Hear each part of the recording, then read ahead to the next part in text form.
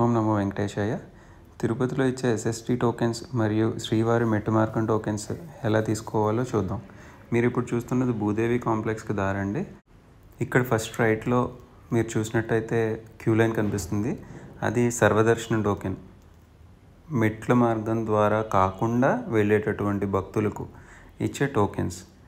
నేను 11:30కి వెళ్ళేసరికి ఉదయం అప్పటికే జనాలు అందరూ వెయిట్ చేస్తున్నారు.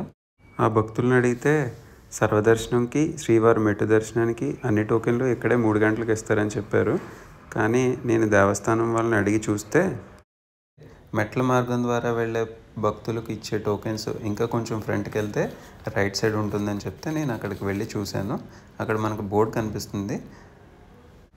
వీటికి టైమింగ్స్ అంటూ ఏమీ లేవండి ప్రత్యేకించి.